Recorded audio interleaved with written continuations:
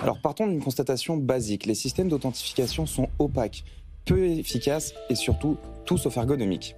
C'est de ces vulnérabilités que naissent les cyberattaques. Elles coûtent en moyenne 116 millions d'euros et c'est pour faire face à ce coût astronomique que nous développons un système biométrique basé sur les battements de cœur.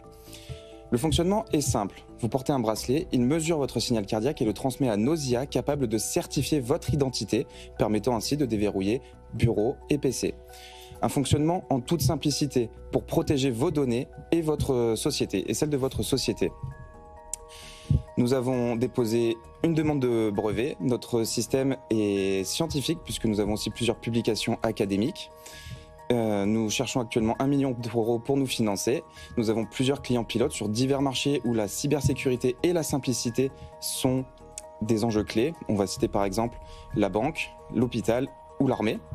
En conclusion, nous sortons des sentiers battus, nous cherchons à réinventer l'authentification pour la rendre transparente et continue et faire en sorte que votre cœur devienne la clé de votre identité.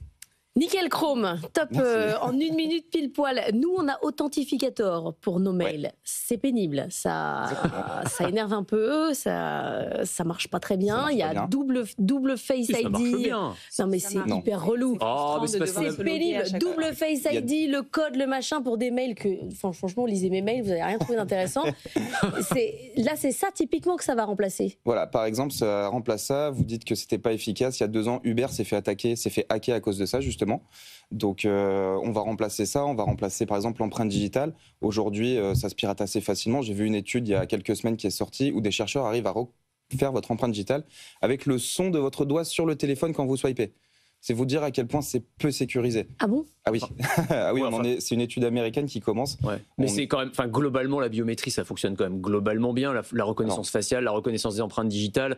Est-ce que le fait d'ajouter, parce qu'en matière de cybersécurité, il y a toujours l'arbitrage entre effectivement la sécurité et l'expérience utilisateur et la simplicité d'utilisation. Là, ce qu'on a quand même, c'est l'obligation de porter un bracelet électronique toute la journée. C'est quand même assez contraignant, quoi. Alors, ça peut être un bracelet. Plus tard, ça pourrait être une bague, un anneau, une oreillette. Ça peut être un t-shirt connecté, une ceinture pectorale. Donc, ça peut être n'importe quoi qui est connecté. Une ceinture pectorale toute la journée. Alors voilà, pour les sportifs ou pour la défense. Je préfère Authentificator.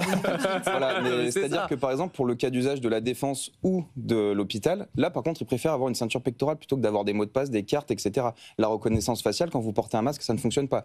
En plus de ça, il y a d'énormes biais démographiques sur la reconnaissance faciale. Suivant votre couleur de peau, votre âge, etc., ça ne fonctionne pas. Il y a énormément d'attaques de ce qu'on appelle de morphing, c'est-à-dire je prends votre tête, je prends la vôtre, je fais une nouvelle tête, ça déverrouille vos 2 têtes en même temps, vos 2 comptes en même temps. Donc c'est quand même assez peu sécurisé au final.